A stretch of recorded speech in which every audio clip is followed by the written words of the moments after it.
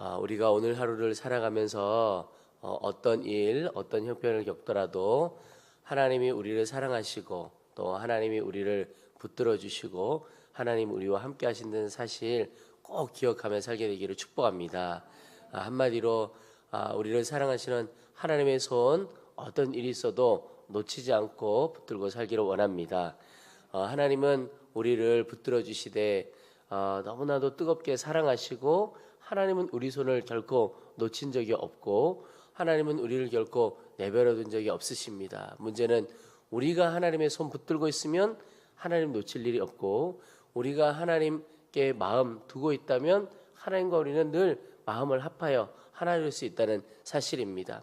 하나님 편에서는 우리를 향하여 완벽한 사랑과 준비, 손길 다 있으십니다. 문제는 우리가 주의 손 붙들고 주님 사랑하고 함께하느냐의 문제입니다. 오늘 하루도 어떤 형편에서도 주님 꼭 붙들고 동행하는 하루, 또 그 기쁨을 맛보게 되시기를 축복합니다. 이 히브리서 말씀은 초대교회를 지나서 이제 성도들이 신앙생활을 해가면서 많은 어려움, 핍박이 올 때 하나님을 떠나는 사람들이 발생하게 됐습니다. 배교하는 자들이 일어나게 되죠. 근데 그들을 향해서 이 히브리서 기자가 배교한 이들 또한 뿐만 아니라 지금 하나님께서 떠나야 하나 이런 갈등을 가지고 있는 하나님이 우리를 버리셨나, 하나님이 살아계신 것은 하신가, 진짠가 이런 마음을 가지고 있는 이들을 권면하기 위해서 쓴 성경입니다. 그런데 오늘 말씀에 보면 그들을 향해서 아브라함의 이야기를 하면서 하나님 꼭 붙들어야 된다, 그것 봐라 이렇게 이야기를 하고 있습니다. 먼저는 아브라함 이야기를 하면서 하나님 그분을 정말 온전히 신뢰하라고 말씀하고 있습니다. 오늘 13절 보시면 하나님이 아브라함에게 약속하실 때에 가리켜 맹세할 자가 자기보다 더 큰 이가 없으므로 자기를 가리켜 맹세하여 이런 표현이 나옵니다. 하나님께서 아브라함에게 약속을 주실 때 당신의 이름으로 약속을 주셨다는 겁니다. 그 말은 그 어떤 존재보다도 하나님이 가장 권위가 있으십니다. 하나님의 이름으로 맹세를 하신 거죠. 여러분, 신하가 어떤 약속, 어떤 말을 한 것과 왕이 어떤 말과 어떤 약속을 한 것, 어떤 것이 더 권위가 있고 신뢰할 만합니까? 일반적으로 보면 신하보다는 왕의 말이, 왕의 약속이 훨씬 더 권위가 있고 신뢰할 수 있죠. 근데 하나님이 하나님의 이름으로 약속을 하셨다는 것은 그 어떤 존재, 신하나 왕 이런 관계를 볼 때도 그 어떤 존재보다도 하나님보다 더 높은 존재가 없는 겁니다.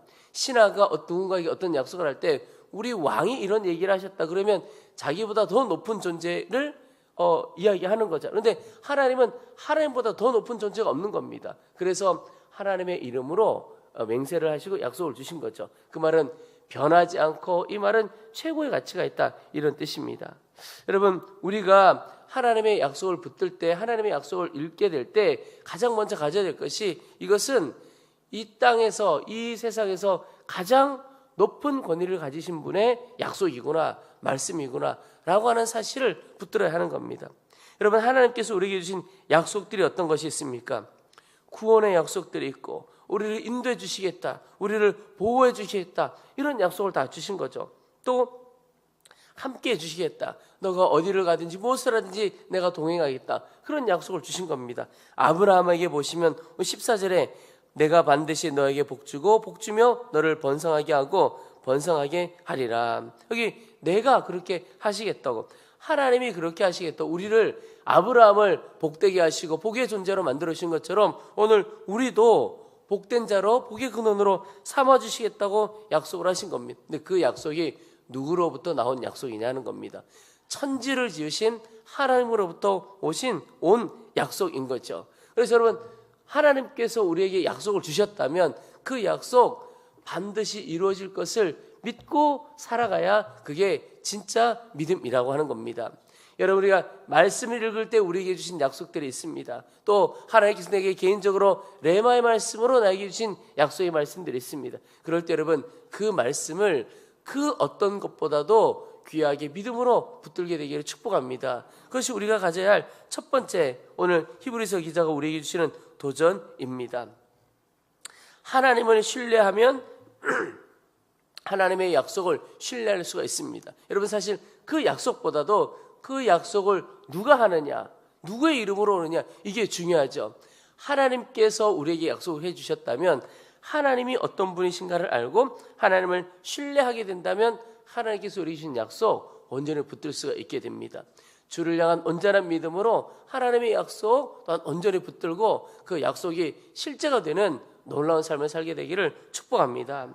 또 하나, 이 히브리서 기자가 볼 때 사람들이 왜 하나님의 약속에서 하나님에게서 떨어지고 멀어지느냐 하는 것은 더 기다리지 못하는 것 때문에 그렇다는 겁니다. 상황을 계속 바라보는 거죠. 오늘 15절에 보십시오. 그가 이같이 오래 참아 약속을 받았느니라 그랬습니다. 여러분, 14절에 하나님께서 아브라함에게 복에 대한 약속을 주셨을 때, 번성하게 하겠다라고 하는 약속을 주셨을 때는 아브라함에게 아들 하나 없을 때였습니다. 그러니까 하나님의 약속이 주어졌을 때와 그의 상황 사이에서는 엄청난 갭이 차이가 있는 겁니다. 우리도 보통 다 그렇죠. 하나님의 약속은 정말 어마어마하죠. 그런데 우리의 삶의 형편은 그 하나님의 약속과 너무 차이가 많이 나는 겁니다. 근데 이 차이를 아브라함은 어떻게 했느냐? 오래 참아 약속을 받았느니라. 여기 약속을 받았다는 것은 그 약속이 실제로 이루어졌다. 아브라함에게 보면 이삭을 낳게 되었다, 이런 뜻입니다. 그러니까 아브라함이 하나님의 약속 받았을 때는 아들도 없는 전혀 그런 형편이었지만 이삭을 낳기까지 얼마나 많은 시간이 필요했습니까? 근데 그 시간 동안 자신의 상황을 바라보고 하나님의 약속을 무시한 것이 아니라 그 약속을 지키실 하나님을 믿음으로 온전히 붙들었다, 이런 뜻입니다. 그래서 결국 그 약속을 받았느니라, 약속이 실제가 되었다, 이삭을 경험하게 된 것이죠.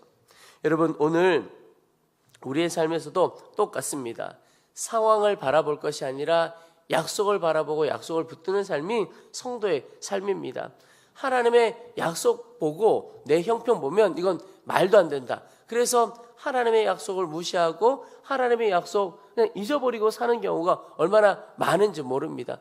하나님 편에서는 너무 안타까운 겁니다. 상황 보지 말고 약속을 보거라. 그리고 그 약속을 붙들고 인내하고 기다리면, 믿음으로 인내하고 기다리면 그 약속이 이루어질 텐데 우리가 그 약속에서 상황 보고 점점 떠나가는 겁니다.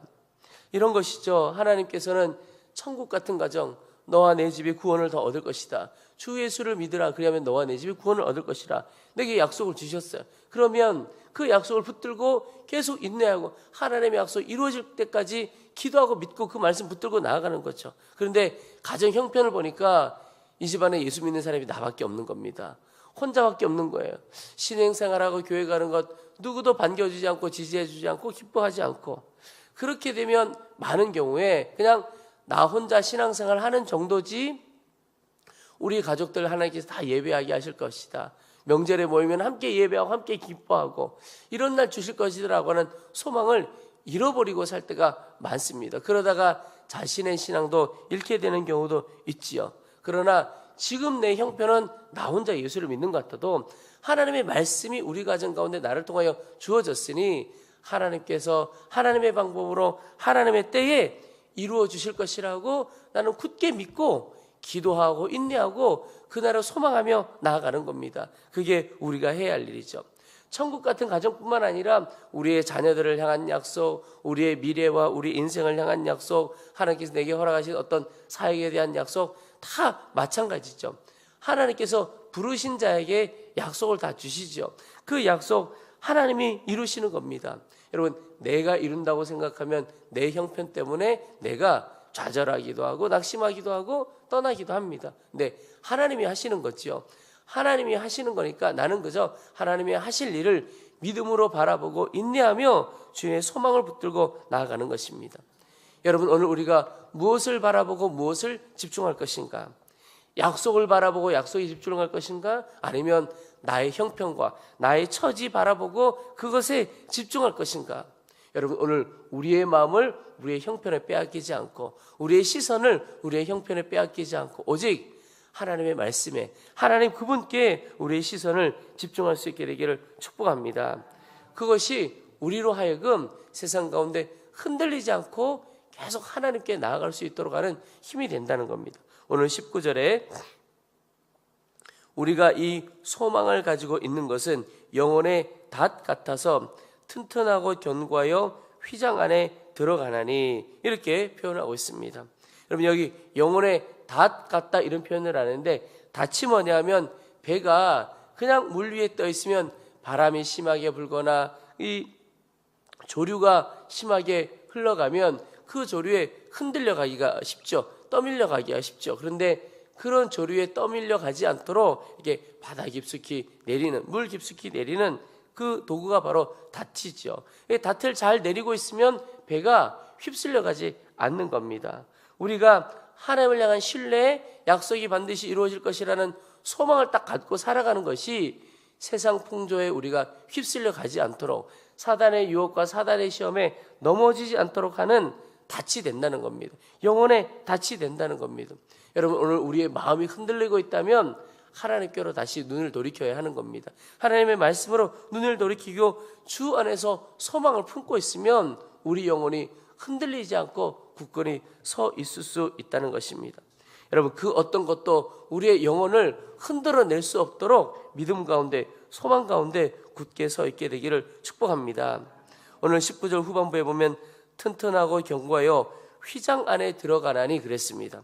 여러분, 이것은 휘장 안에 들어간다 이 말은 지성소의 휘장 안으로 더 들어간다 이런 표현인데, 하나님의 임재 가운데로 더 깊이 들어간다 이런 뜻입니다. 근데 처음에 이 휘장 안으로 들어가신 분이 누구시냐면 예수님입니다. 오늘 20절에 그리로 앞서가신 예수께서 멜기세덱의 반차를 따라 영원히 대제사장이 되어 우리를 위하여 들어가셨느니라. 여러분, 예수님께서 우리로 하여금 하나님 임재 가운데 더 깊이 들어갈 수 있도록 휘장의 문을 열고 들어가신 겁니다. 그리고 우리도 하나님의 임재 가운데 더 깊이 들어갈 수 있는 길이 열린 겁니다. 근데 하나님의 임재 가운데 들어가는 것이 왜 중요한가? 하나님의 임재를 경험하게 되면 인생의 해답을 얻게 됩니다. 인생의 모든 고민이 끝나게 되는 겁니다. 오늘 시편에도 보면 그가 많은 질문을 가지고 있었습니다. 왜 악한 자가 흥하고 하나님 믿음대로 살려고 하는 자는 고통을 겪고 고생을 하느냐, 이런 것에 대한 질문을 가지고 있었는데 그가 성소에 들어갔을 때에, 그러니까 하나님의 임재 가운데 들어갔을 때에 해답을 얻었다는 겁니다. 여러분, 우리의 인생 어디로 가야 할지 모르는 그런 안타까움 속에 분별되지 못할 때 하나님의 임재 가운데서 길을 깨닫게 됩니다. 또한 우리 인생의 여러 가지 질문들, 도무지 이해되어지지 않고 알 수 없는 그런 질문들에 대하여 하나님의 임재 가운데 해답을 얻게 됩니다. 이 사건의 이 일들이 도대체 어떤 의미를 가지고 있고 어떤 가치, 어떤 뜻이 있는지 깨닫게 되는 거죠. 그래서 하나님의 임재 가운데 거하는 자가 능력 있는 자인 겁니다. 하나님의 임재 가운데 있는 자에게 하나님의 충만함이 흘러넘치게 되죠. 근데 바로 주를 향한 소망을 갖고 계속해서 하나님의 임재 가운데 나가도록 도와준다는 겁니다.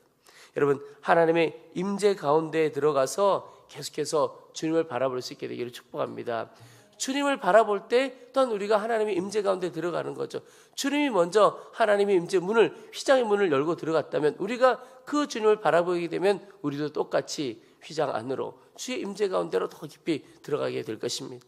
여러분, 오늘 하루도 어떤 형편, 어떤 처지를 만나든지 내가 있는 그곳이 하나님의 임재로 충만한 곳이 되어지기를 소망합니다. 여러분, 우리 자신이 그렇게 되어지기를 원하고 살아보십시오. 하나님의 임재 가운데 있는 사람과 만나면 마음의 평안함을 얻고 해답을 얻고 그와 만나고 싶고 함께하고 싶습니다. 여러분, 그런 분들을 만나게 되기를 바라고 또한 우리 자신이 그런 사람 되기를 축복합니다. 다 될 수가 있는 것이죠. 어려움에 있고 혼란 가운데 있고 길을 잃은 헤매는 사람들이 하나님의 임재를 경험하는 우리를 만나게 될 때 그 사람의 삶에도 하나님의 응답이 온전히 임하게 될 것입니다. 주께서 우리를 그렇게 놀라운 도구로 또한 사용해 주시기를 소망합니다.